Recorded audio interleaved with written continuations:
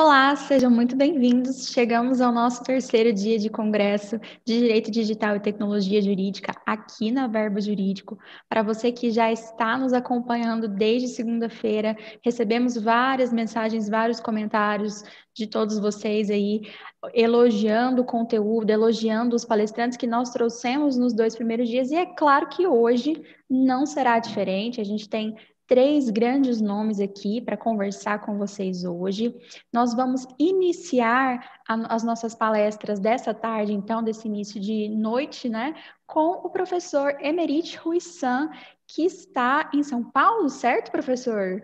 Exatamente, querida, Está exatamente. lá em São Paulo e vai trazer para a gente uma temática referente à propriedade intelectual no cenário artístico e musical. Eu já queria te adiantar, professor, que já tivemos perguntas a respeito disso. Ontem a gente teve uma palestra de propriedade intelectual da professora Fernanda e já queriam saber a respeito da sua temática. Então, com certeza, está todo mundo aí ansioso para te escutar. Vou deixar você se apresentar e a palavra é toda sua.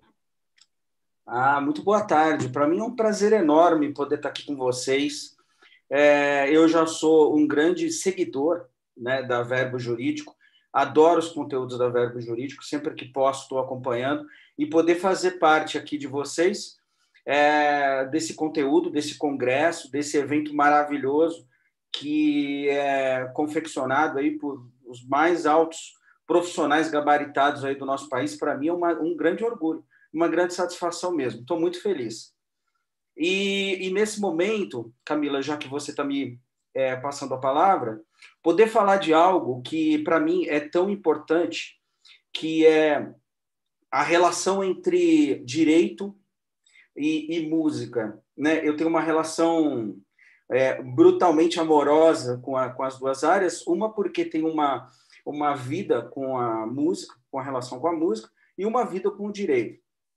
E, de alguma maneira, eu consegui sincronizar essas duas áreas, muito embora tão distantes no cenário prático, mas eu consegui trazer para uma situação da militância da advocacia, algo que realmente é muito interessante e que eu sempre sinto muito desejo de poder compartilhar com outros colegas advogados, por conta da carência da área ao qual necessita de profissionais interessados, gente que quer definitivamente trabalhar com direitos autorais voltados para as obras musicais.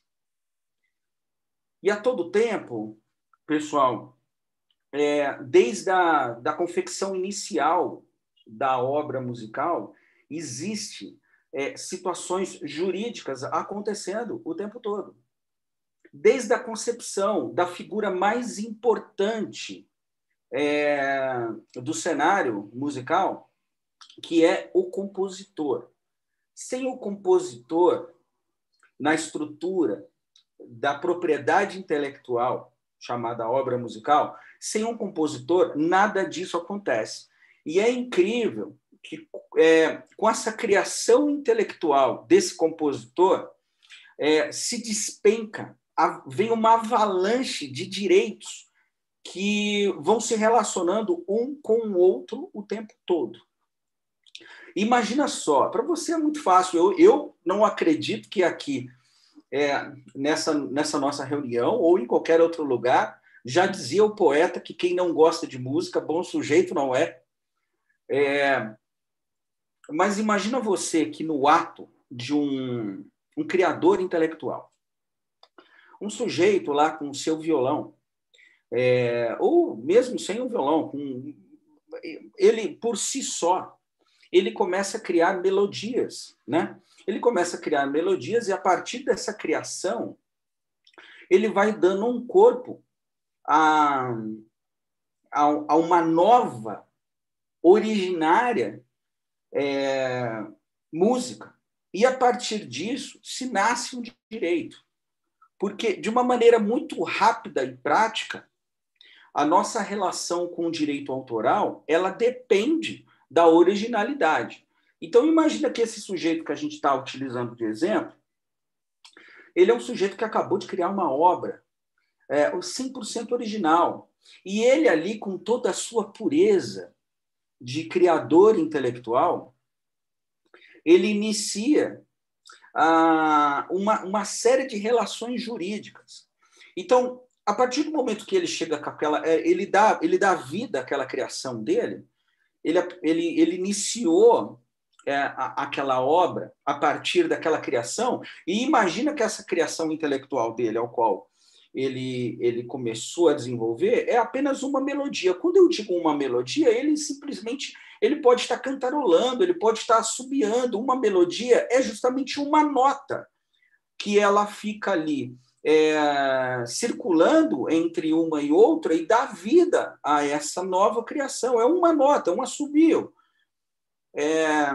E ele transforma isso, dessa melodia, numa letra, e aí a gente tem música a partir dessa melodia que ele dá, com essa hora onde ele começa a cantarolar, e esse fato dele cantarolar, mais essa letra, nós temos ali uma obra originária, o que nós estamos alucinando esse cenário, para que a gente possa discutir aqui, de forma muito prática, da maneira como estou colocando para vocês, uma linha do tempo. Imagina que a gente está pensando aqui numa linha do tempo dessa criação intelectual. Então, ali, a gente tem esse nosso amigo que ele acabou de criar uma melodia 100% originária, e nessa nossa imaginação, essa criação dele é original. Nós vamos discutir aqui originalidade por conta da oportunidade aqui, que não é essa, mas eu acho muito importante discutir com vocês essa concepção da linha do tempo dessa criação intelectual da obra musical. Então, a partir desse instante, nós temos essa criação intelectual, e ele pega essa melodia com essa letra e ele fala, olha, bom, eu acabei de criar aqui uma obra que eu entendo ela ser nova, eu estou aqui vislumbrando essa criação e eu não sei o que fazer. Eu não sei o que fazer com isso. Doutores, nesse momento, eu invoco a presença de vocês no seguinte sentido. A partir desse momento, ele já precisa de um advogado. A partir desse momento, já se nasceu uma série de relações jurídicas ao qual ele vai ter que se relacionar com outras pessoas para que ele possa dar vida a um direito patrimonial ao qual ele vai explorar. Ele precisa de um advogado para poder ter suporte, para poder garantir os direitos morais frente a essa criação intelectual que ele acabou de criar. Então, imagina que é o seguinte, nós precisamos de um advogado desde o início do nascimento de uma obra musical. Então, quando você está ouvindo a sua música no Spotify, quando você está ouvindo sua música nas plataformas digitais, sejam elas quais forem, quando você está ouvindo uma trilha de um filme, entenda que desde o início dessa criação intelectual, seja essa música com letra ou não, se é uma música de filme, por exemplo, que é uma música única e tão somente instrumental, que ela está servindo ali para inspirar determinada imagem. Desde o início, que aquele maestro, aquele arranjador, ele começa a transcrever partitura para poder gerar aquela obra intelectual, dali ele já precisa de um advogado por conta de toda certificação de negócio jurídico em volta disso. Quando a gente está falando de direito autoral, nós temos uma figura emblemática nos gritando na cabeça chamada anterioridade. A anterioridade é o nosso preceito no direito autoral. Eu, por muitas vezes, estou viajando pelo interior e conheço muitos compositores. Compositores que, às vezes, são daquelas esquinas de interior. E muitas vezes eles me perguntam assim, quando sabem que eu sou envolvido com essa questão de música, com direito, um negócio meio misturado, mas eles acabam me chamando um pouco da atenção, porque sabem que eu também dou atenção para poder celebrar aquela criatividade, né? aquela criação. E eu costumo realmente celebrar a criatividade desses companheiros, porque eu acho algo dado por Deus. E aí eles me falam, às vezes, o seguinte, porque eu fiz essa criação aqui, eu compus essa música, e eu passei ela para um amigo que gravou num gravador e que passou para outro, e agora eu estou aqui completamente vendido porque eu estou ouvindo a música tocar. E quando eu vou explicar para ele a respeito da anterioridade, ele tem um choque, porque ele está altamente viciado pelas lendas urbanas de que nós necessitamos de um registro, e que aí eu vou fazer um registro lá na instituição fulana, na instituição beltrana, e que isso, de repente, vai me garantir o meu direito líquido certo. Não vai. E quando eu digo isso para ele, ele fica brutalmente triste. E isso não é uma coisa atípica, é uma coisa comum ainda. Se a gente pensar aqui, doutores, no cenário dos grandes centros, se a gente pensar em Rio, São Paulo, talvez esse tema que eu esteja discutindo com vocês a respeito do início da criação intelectual e da necessidade do advogado desde ali, seja algo mais comum, talvez, porque nem todos os... Eu não vejo um grande interesse na área dos colegas, com os colegas, na área do direito autoral, visto a grande necessidade que tem. Aí eu penso que é um subnicho onde deveria ser mais explorado, porque tem mercado. Ou você não acompanha essa quantidade de artistas que vem de uma forma acelerada se multiplicando. Se nós pensarmos na década de 90, na década de 90 você conseguia imaginar aí falar os nomes das pessoas que estavam fazendo sucesso, os grandes hits. Hoje não tem mais isso. Hoje são muitos hits. E hoje são muitos hits em subnichos. Tem um subnicho do sertanejo, tem um subnicho do funk, tem um subnicho do axé, tem um subnicho da música no Rio Grande do Sul, tem um subnicho da música no Mato Grosso, tem vários subnichos onde, por conta da internet, isso extrapola as quantidades de views nas plataformas digitais, e isso mexe uma grande quantidade e volume de dinheiro. Tem um fluxo de dinheiro muito grande envolvido nisso.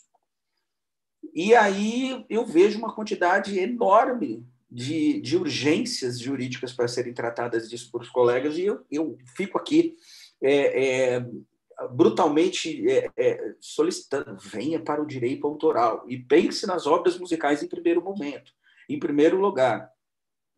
Voltando lá na nossa história com relação a essa criação intelectual, então você imagina que esse nosso amigo, ele acabou de criar essa obra originária, né?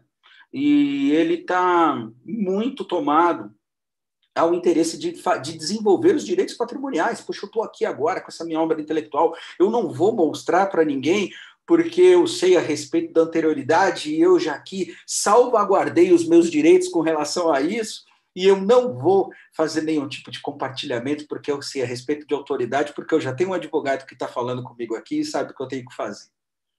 E ele já sabe com relação a isso, e ele está aqui agora iniciando os seus interesses patrimoniais para poder confeccionar isso num fonograma. Quando ele vai confeccionar isso no fonograma, meus caros, ele precisa necessariamente contar com outros profissionais, porque sozinho ele não vai fazer isso.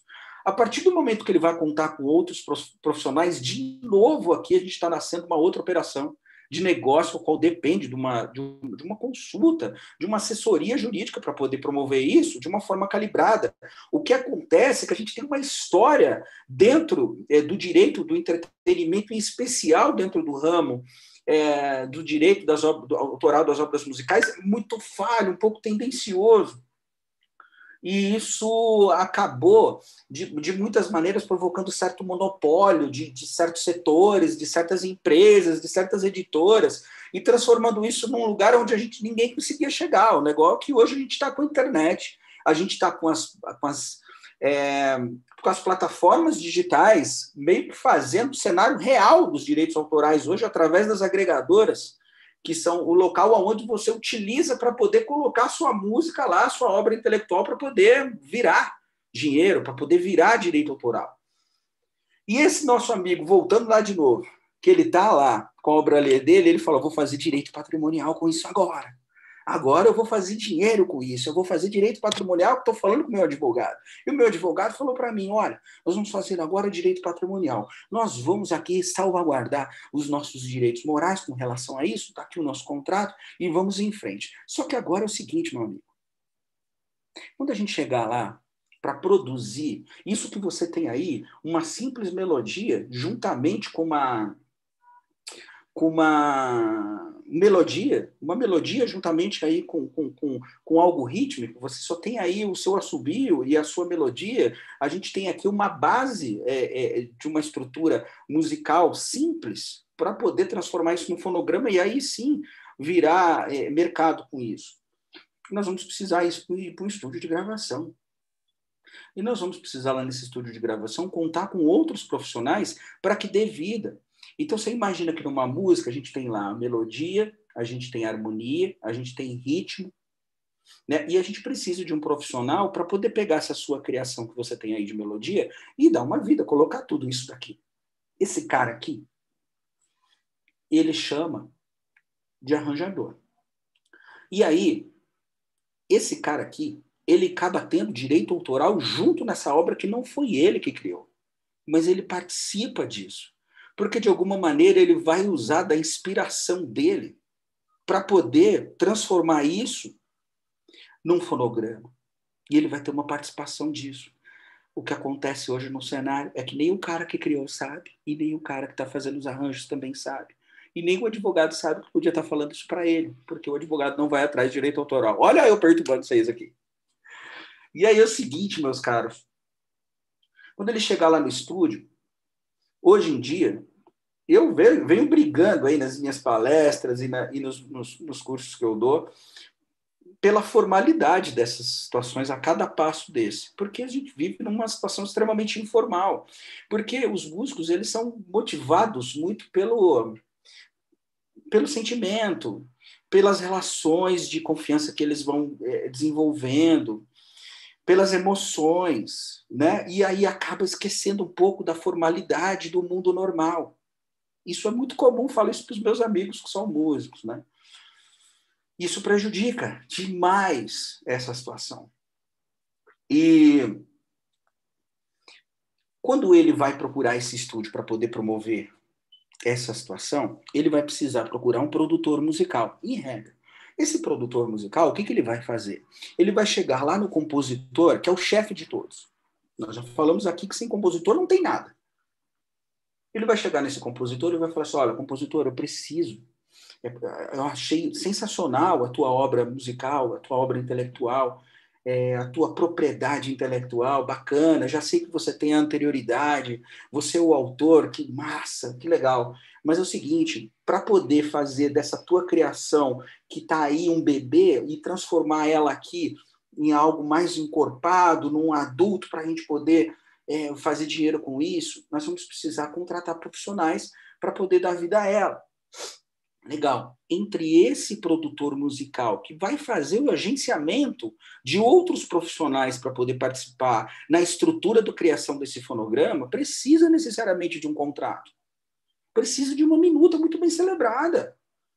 Precisa, inclusive, de adicionar questões relacionadas aos direitos que são conexos, às participações desses outros músicos que vão estar lá nessa criação desse fonograma para poder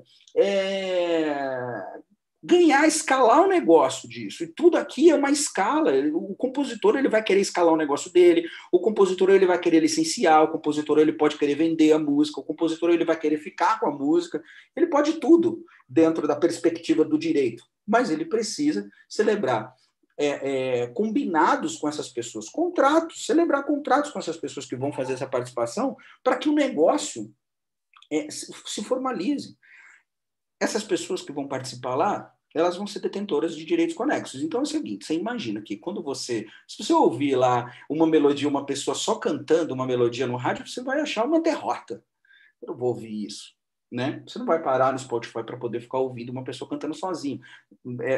Talvez se fosse o Fred Mercury, você faria isso, mas qualquer coisa você faria, não é o que você quer. Você quer ouvir ali os instrumentos tocando, você quer ouvir a música completa ali, você quer se provocar com isso. E isso é o trabalho desse produtor musical para poder fazer. Esse produtor musical, eventualmente, ele vai poder ser um dos músicos que vai fazer essas gravações, ou ele vai ser o próprio maestro que vai fazer essa direção musical. E esse contrato entre o compositor e este produtor musical vai ditar essas regras. Então, olha só, produtor musical, você vai fazer essa gestão musical da criação da minha obra, você vai colocar músicos aqui, os músicos que você vai colocar aqui, você vai fazer as devidas certificações que eles participaram desse fonograma. Porque se eles não estiverem inseridos aqui, e amanhã depois, eles podem me notificar para me constituir a mora de uma coisa que eu não fiz. O compositor não vai saber disso, amigo. Mas você que é advogado vai saber. E vai conseguir assessorar ele. E ele precisa ter essa lucidez a respeito disso. Que existe uma obrigação aqui. Olha quantos direitos de uma coisa que a gente pouco pensa, né? Quando você está ouvindo lá sua música na plataforma digital, você talvez jamais tenha pensado nisso tudo, né? Pois é. E aí, esses direitos que vão ser conexos tem que estar formalizado com relação a isso. Numa minuta muito simples, mas formalizado. Então, vai participar aqui dessa minha criação o Zé, o Antônio e o João. O Zé vai tocar baixo, o João vai tocar bateria e o outro vai tocar guitarra, certo? Legal, eles vão participar e eles vão dar corpo a isso. Aí aconteceu as trocas de minutas, foi celebrado esse contrato, e aí começou o início da criação desse fonograma. O fonograma é a música propriamente dita lá no final. É o que vai ser praticado, é um arquivo. Esse arquivo é o que vai ser encaminhado a uma plataforma digital, é o que vai ser encaminhado a um YouTube, é o que vai ser, é um arquivo. É um ponto MP3, para você que lembra do MP3. É um arquivo de áudio. E esse arquivo de áudio vai ser encaminhado com uma alta resolução de qualidade para que isso seja praticado aí as execuções e que gere renda a esse compositor. E que gere renda às pessoas que vão participar disso. Por isso que existe aqui um combinado. Porque vai nascendo outros institutos de relação de negócio aqui entre eles. Na maioria das vezes, o que acontece? Essas pessoas que vão lá dar vida a este fonograma, elas ganham por esta ação. Olha, então você vai vir aqui no meu estúdio, eu vou te pagar para que você toque nesta música, e quando você tocar nessa música, você está ganhando X reais para esse serviço e o seu serviço está acabado. E na maioria desses profissionais, músicos de estúdio, que existe um monte aí no mercado, e que todos eles precisam bater um papo com o advogado para poder entender essa relação. Eles têm que saber que eles têm que estar escrito num certificado que existe nas músicas, num código ao qual as plataformas digitais e o escritório de arrecadação, quando isso acontecer, uma execução pública, identifique que aquele cidadão que foi lá gravar naquela música e deu vida àquilo, ele precisa receber uma fatia daquele bolo, porque ele usou da inspiração dele para poder contribuir para a do outro. Isso é um direito conexo. E muitas vezes acontece de que os músicos que vão lá exercer esse trabalho, eles pensam nesse cachê, nesse trabalho eventual que ele vai ali fazer, e ele não se atenta que ele está ali contribuindo para uma obra intelectual alheia. E que, se ele pensar num montante, isso vira uma fonte de renda para ele, porque um artista, um músico, necessariamente, ao qual a gente está tratando aqui, ele tem que entender que direito autoral para ele é fonte de renda. Então, se ele criar uma obra intelectual originária, é fonte de renda. Se ele participar de uma obra originária de outro ao qual ele contribuiu de alguma maneira, ele tem algum direito, e esse direito é fonte de renda. Basta que ele entenda essa gestão disso e alguém dê essa assessoria e consultoria para ele. E isso é um mercado quase que pouco explorado. Existem profissionais que eu conheço, mas pouco explorado pela quantidade de gente que tem fazendo tudo isso há tanto tempo. Então, meus caros, olha só. Essa obra, esse fonograma, ele foi constituído, ele já existe, foi lá naquele estúdio e gravou essa música que virou esse fonograma, e agora o nosso amigo lá atrás, criador dessa obra originária, ele tem um fonograma ao qual ele pode explorar esse direito patrimonial. E esse direito patrimonial, ele pode, a partir desse momento, pensar numa série de coisas. Ele pode pensar na expectativa de que ele pode jogar isso para uma plataforma digital e ele mesmo fazer a sessão, ele mesmo fazer o gerenciamento disso tudo, ou ele pode pegar este fonograma e colocar aos cuidados de uma editora para que faça a exploração dessa obra intelectual, e a editora, nesses casos, ela vai funcionar exatamente como um corretor. Ela vai buscar negócios para essa obra. Ela vai em busca de situações onde aquilo renda mais e que converta para ela, como editora, maiores recursos financeiros e ao qual se transmita para esse autor. A editora ela vai poder licenciar para pessoas que de repente falam, olha, legal essa composição, eu gostaria de gravar, então a gente vai precisar aqui ter uma minuta de licenciamento. Essa editora ela vai poder conceder todas as seções de direitos patrimoniais, menos as morais. E isso é brutalmente interessante, que esse compositor ele tenha toda essa certeza com relação a essa relação dele com a editora, caso isso seja o interesse dele, de ceder essa situação que ele acabou de criar como direito às editoras, eventualmente, aí, que praticam esse tipo de relação no mercado.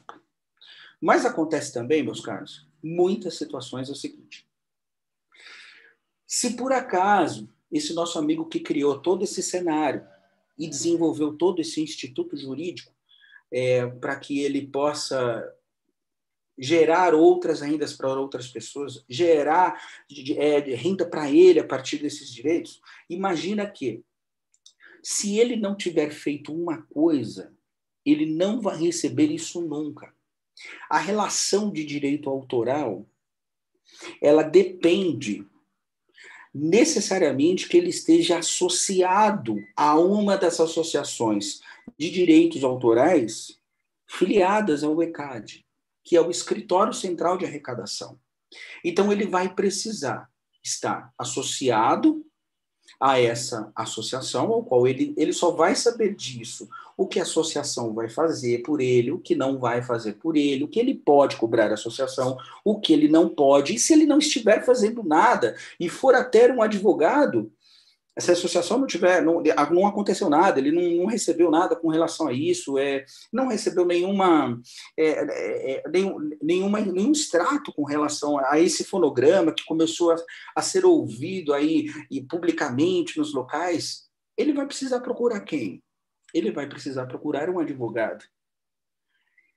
E aí, a partir disso, a gente tem um cenário, inclusive, processual iniciando.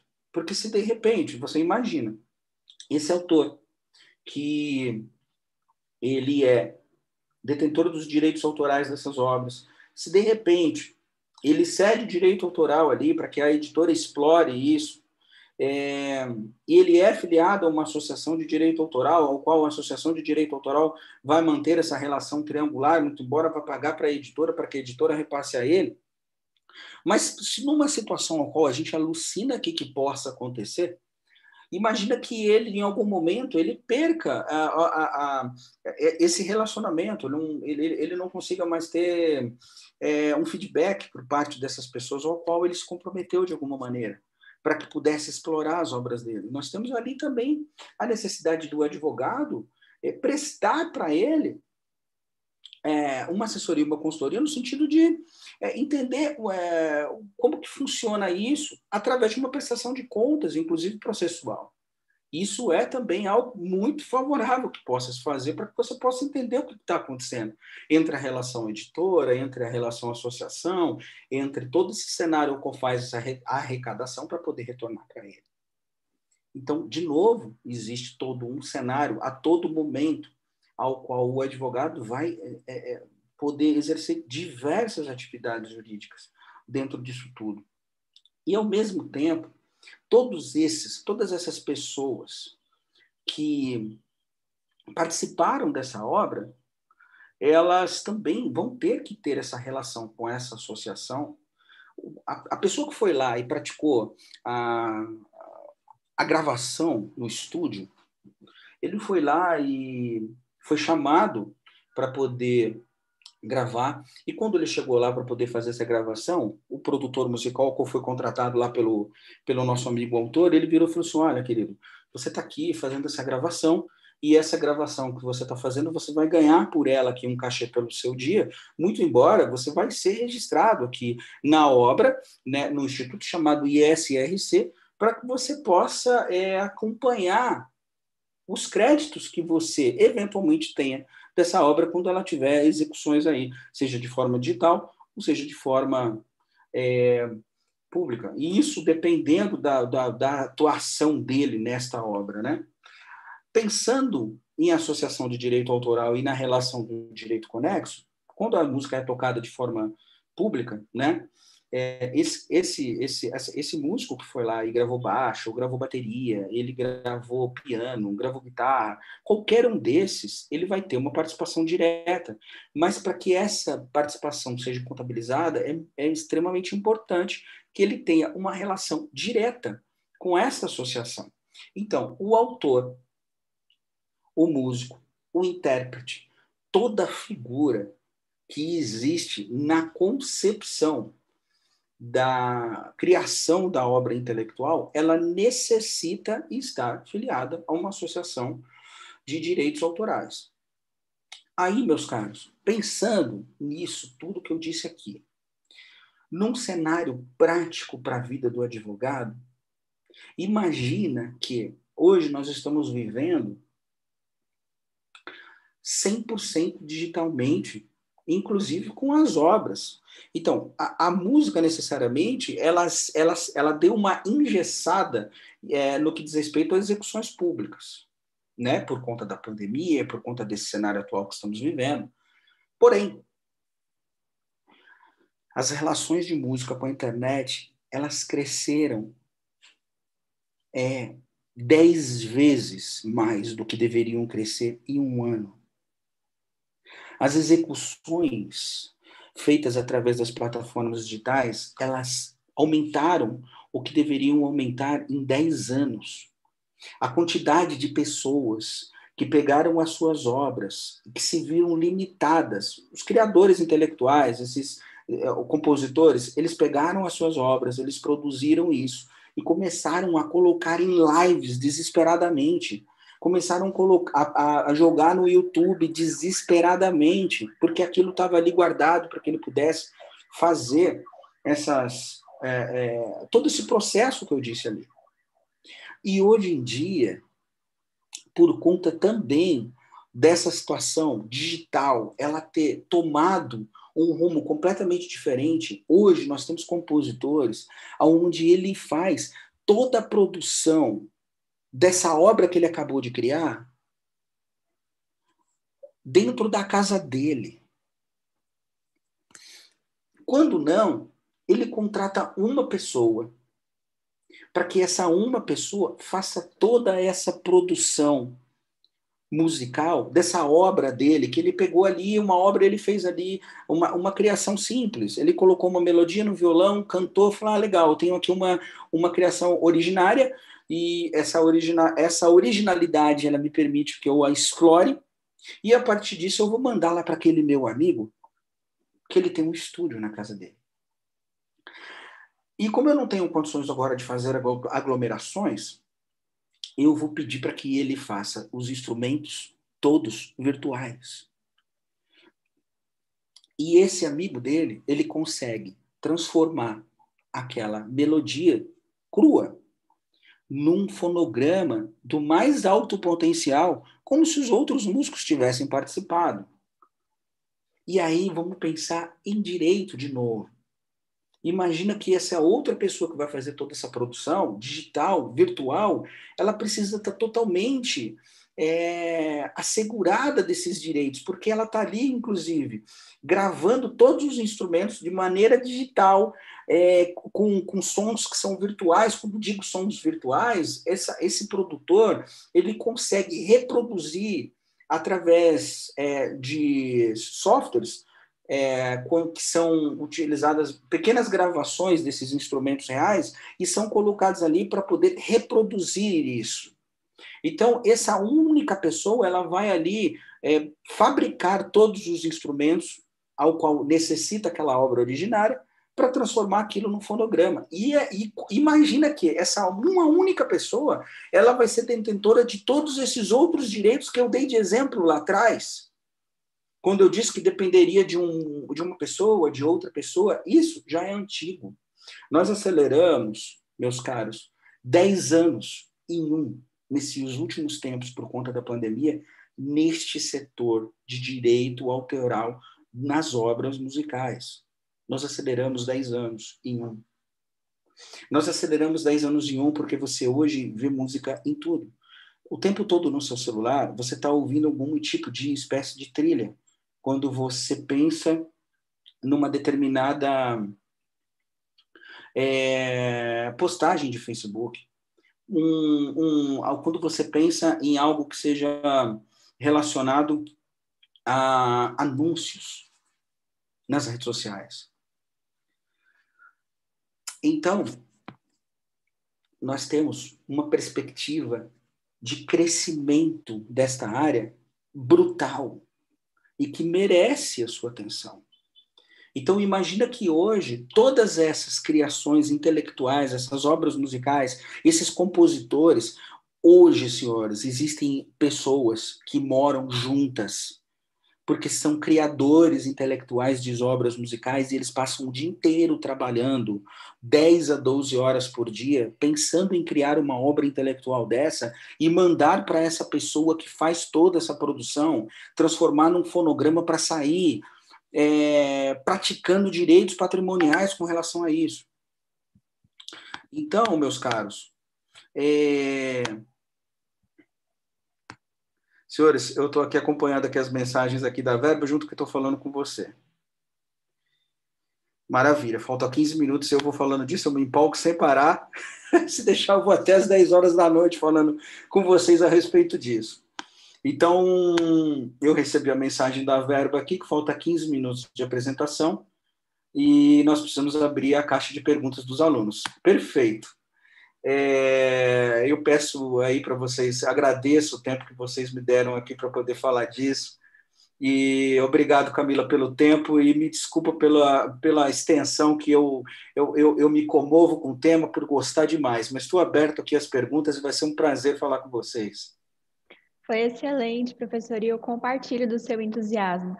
A gente não teve muito tempo no iniciozinho, na sua entrada, né, para conversar um pouco mais, a gente já passou a palavra para você direto por um probleminha técnico que tivemos de atraso no início, então Certo. podemos bater essa bola aqui agora, né? Eu também sou entusiasta desse tema e durante um período curto da minha carreira, talvez aí durante uns 6 meses, eu achei que eu fosse trabalhar nessa área.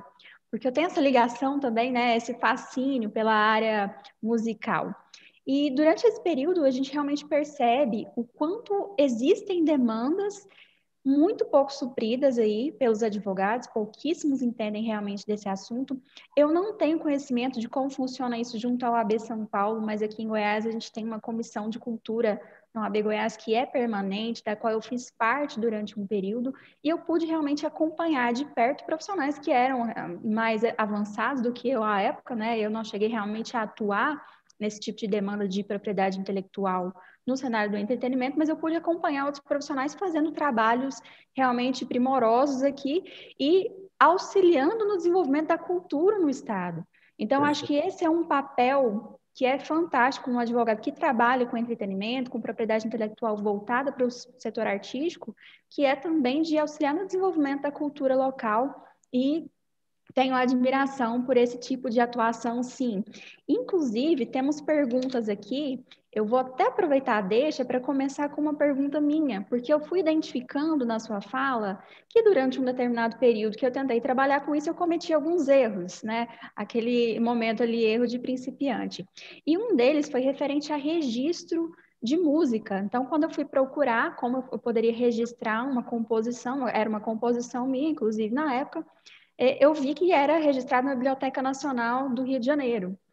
E a gente teve uma dificuldade de registro, né? Não sabia muito bem como proceder, e a gente fez um registro em cartório.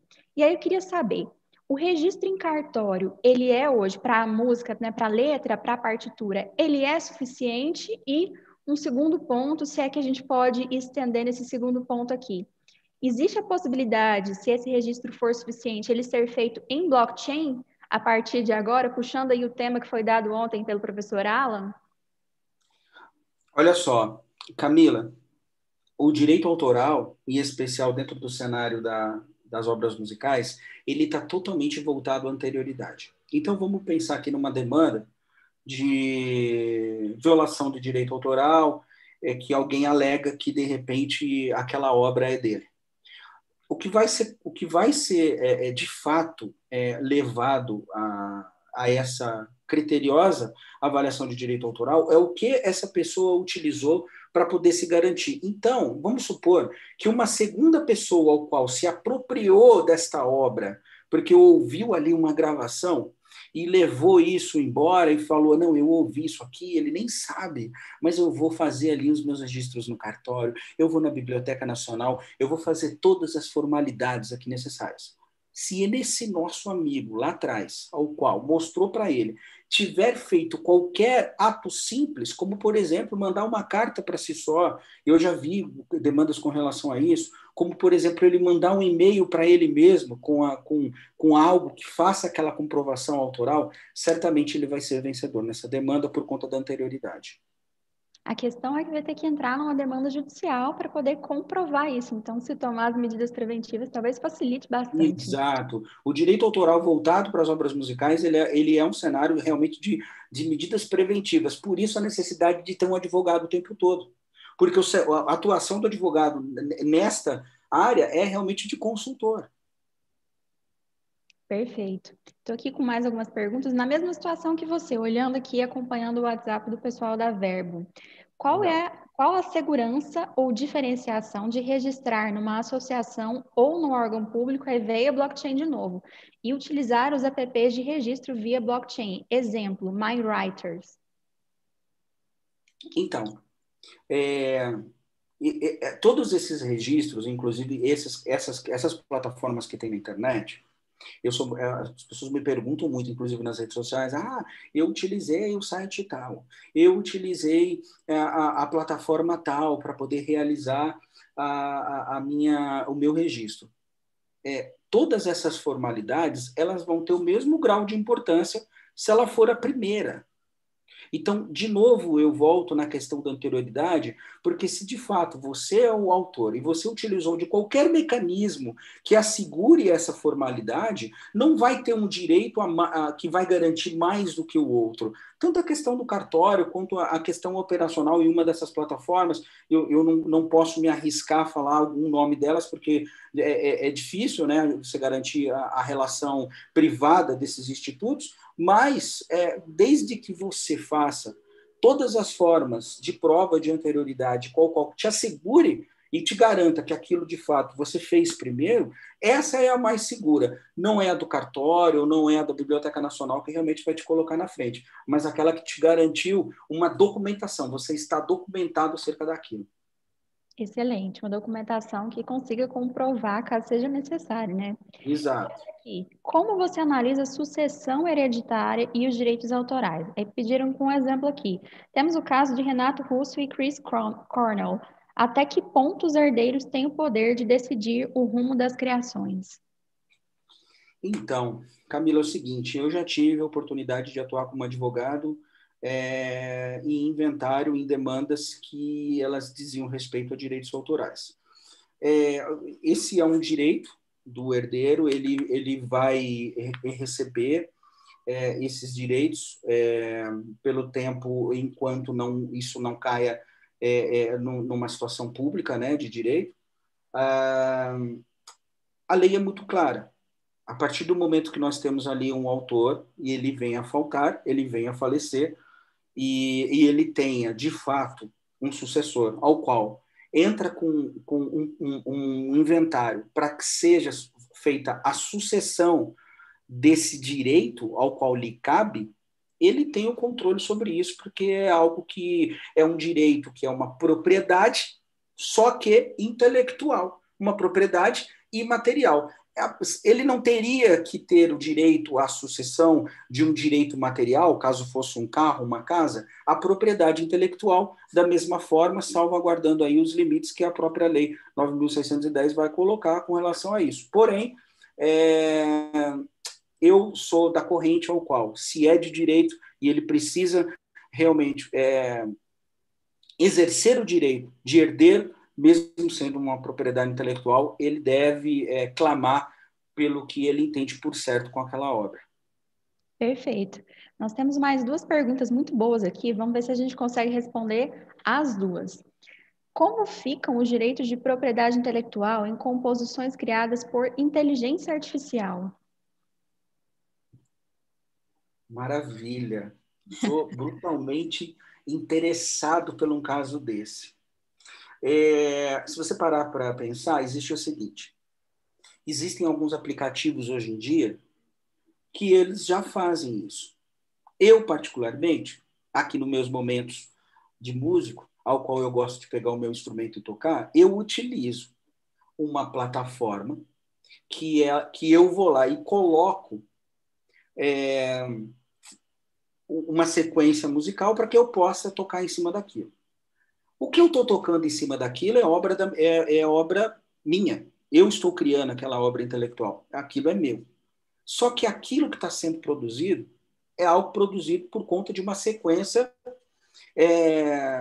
robótica.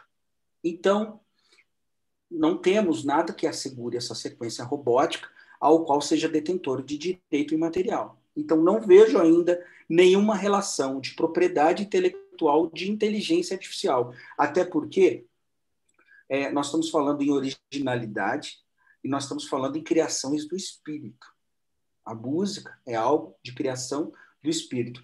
Para que seja protegida, depende da originalidade. Eu creio que talvez um dia, alguma inteligência artificial possa nos tocar com a sua criação intelectual. Mas eu acho que por hora ainda a gente não está nessa fase. Certo. E agora, para a gente encerrar, o pessoal está querendo saber como que ingressa na advocacia voltada para a propriedade intelectual, né? Os passos iniciais, que tipo de estudo, um direcionamento para quem quer começar.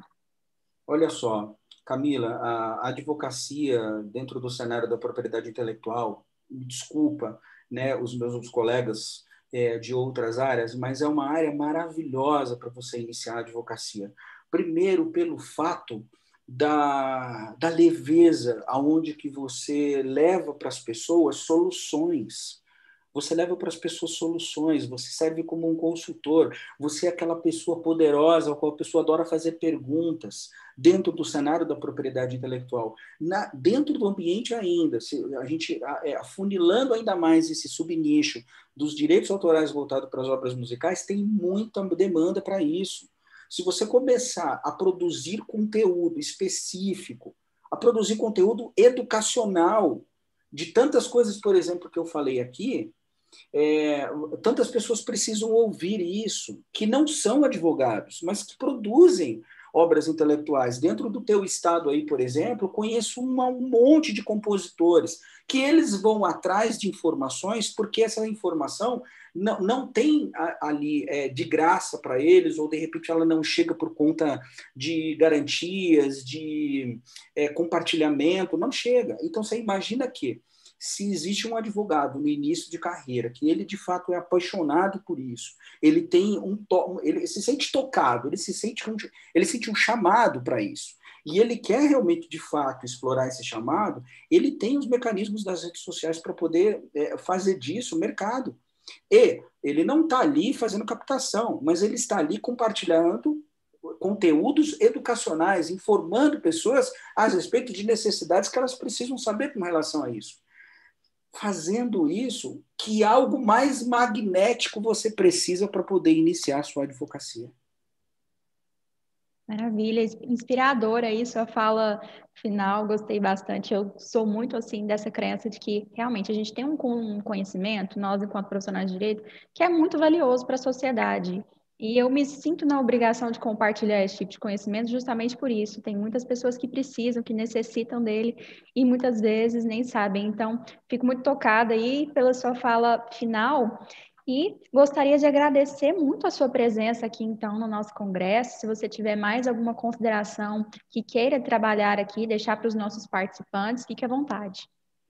Camila, eu gostaria de agradecer a Verbo Jurídico. Sou suspeito em falar dessa instituição por gostar demais. Já participei em outras oportunidades da casa e me sinto muito orgulhoso. Eu adoro quando recebo convites de vocês, porque vocês me permitem, dentre as poucas instituições acadêmicas de direito desse país, o qual se preocupa com um tema como esse.